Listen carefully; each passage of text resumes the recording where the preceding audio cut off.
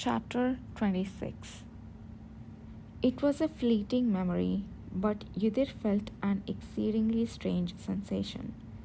Despite being heavily wrapped in silk, he could clearly sense that something within held a colossal power. Just by sharing the same space with it, the entire atmosphere felt dense, as if the water had turned into water. A chilly aura seeped throughout the room. Yudir wasn't the only one who felt this. All the cavalry members present at this time agreed they had experienced an inexplicable strange energy. The next day, Kishir appeared carrying a box carved from transparent magic stone. Inside, on a cushion of red silk, lay the red stone. It seemed as if he had packaged it this way to present it to the emperor. Just before Kishir climbed into his carriage, Yudir glimpsed the red stone within the box from the window of his quarters. The stone wasn't exactly red, and it was smaller than he had expected. Had he not known it was a red stone in advance, he wouldn't have been able to identify it from its appearance alone. It was a surprisingly ordinary looking stone, given the peculiar energy it possessed. After that, the stone did not return to the cavalry, but was taken directly to the Pearl Tower. Thus, it was the last time either saw the intact red stone in his previous life. Did you try to approach it? Upon Kishir's question, General Gino replied tersely, "Yes."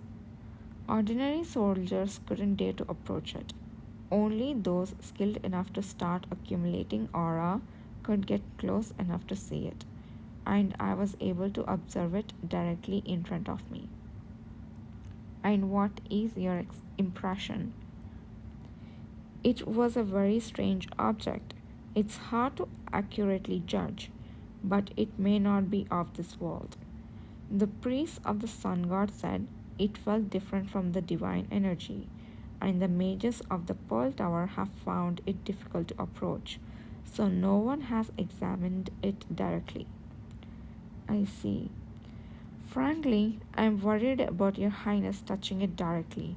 It could be dangerous. Without changing his expression, General Gino voiced his concerns to Kishir, who had arrived. Some of the soldiers who tried to force their way towards it even vomited blood.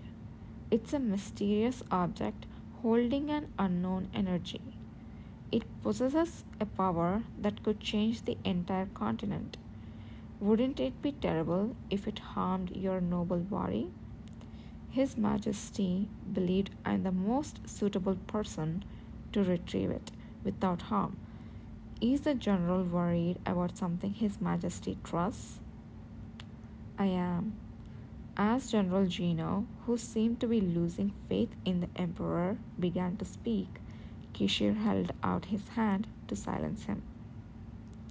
Trust your eyes, which have watched me since I was young. In this world, I am the only one who can handle that stone without being affected.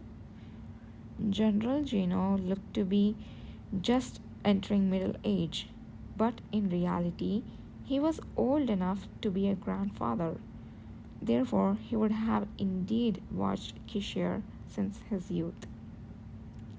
Upon hearing Kishir's words, General Gino closed his eyes and let out a deep sigh. Would I dare to doubt His Majesty and obstruct you? And yet you are always trying to find a way to interject. Is the worry of an old servant who, despite knowing it's useless, always lets his concern get the better of him. Don't fret, I'm not so frail as to be undone by a mere stone. With that, Kishir rose from his seat. As all eyes focused on him, he glanced around the room, then broke into a smile and spoke. Now, before we set off, Let's all sign a confidentiality agreement. The cavalry members looked stupefied, but Yudhir thought to himself, so it has come to this. Not only for this mission, but most of the tasks that the cavalry would handle in the future required absolute secrecy. Thus, Yudhir himself had signed such agreements countless times before embarking on missions. It's a magic contract used by many knights and mages before undertaking important missions.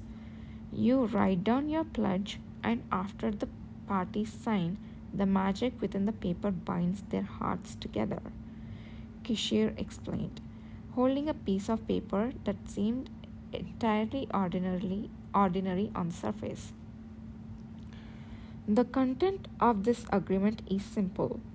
During this mission, you are forbidden from revealing anything you see, hear, or experience to anyone outside of those who are partaking in the mission with you. Without permission, without permission. If you break the agreement, the magic imbued in this contract will constrict your heart until you are unable to breathe. I believe none of you here would fail to keep such a secret. But in case of uncertainty, anyone who feels unable to welcome to step back. I promise to send you off without a word. The phrase unable to breathe essentially meant death. While everyone was frozen, Yudhir was the first to step forward towards the contract that Kishir pulled out. There was no hesitation. I'll sign first. Go ahead. Upon clear inspection, it was a contract made directly by the Pearl Tower. In other words, it was the most reputable and powerful contract anywhere in the continent. No further preparations were needed to sign. After reading the contents, one simply needed to place a finger on the contract. The magic sprouting from the paper enveloped the body, and everything was finished in an instant. Once Yudhir casually finished signing and stepped back, Gakane, who had been wearing a stern expression, swallowed hard, made a determined face, and stepped forward. I'll go next. Seeing that the progress was nothing to worry about, seemed to put everyone at ease, and they each took their turns. Finally, even General Gino, with his stoic face, signed. After that, Kishir rolled up the contract and tucked it back into his pocket. Now, go and rest. We will depart early tomorrow morning. I will show you to your quarters.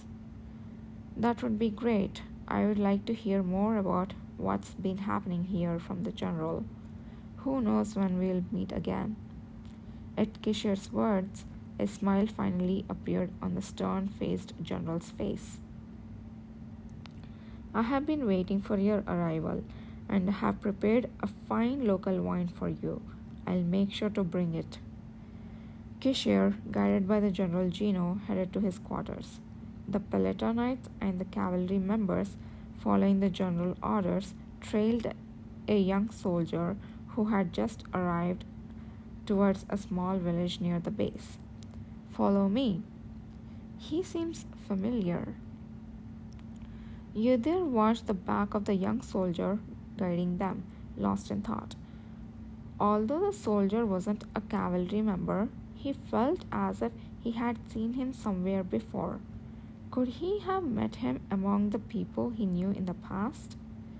If he had heard the name, he might remember, but it had been a full 11 years since the time he could recall. He might be misremembering. Let's keep observing for now. If I keep watching, I might remember. The village, which was about 10 minutes away, was bustling with life, unbelievable for a place nestled in the mountains. The others seemed taken back, but Yudhir had a hunch about the reason. It must have been a regular village, sustaining itself with hunting and gathering. The Ariak mountain range was as vast as the nickname the backbone of the continent suggested. This village was a considerable distance from where Udir originally lived, but people's way of life was generally the same anywhere. Mountain villages are typically sparsely populated, and the influence of the local lords barely reached them. However, the situation must have changed when the Redstone fell nearby 2 years ago, attracting a host of soldiers. An army couldn't move for free. A large number of them stayed in one place for 2 whole years without engaging in combat or particular activities. By providing places to eat, drink, and stay for them, this small village must have quickly become a bustling place full of money circulation. Of course, the glory would fade once Kishir retrieves the red stone. There would be no reason for the army to stay once the red stone was retrieved, so the bustling life of the village didn't seem very joyous to either. Why are there so many people here? Most of the soldiers on break are on break.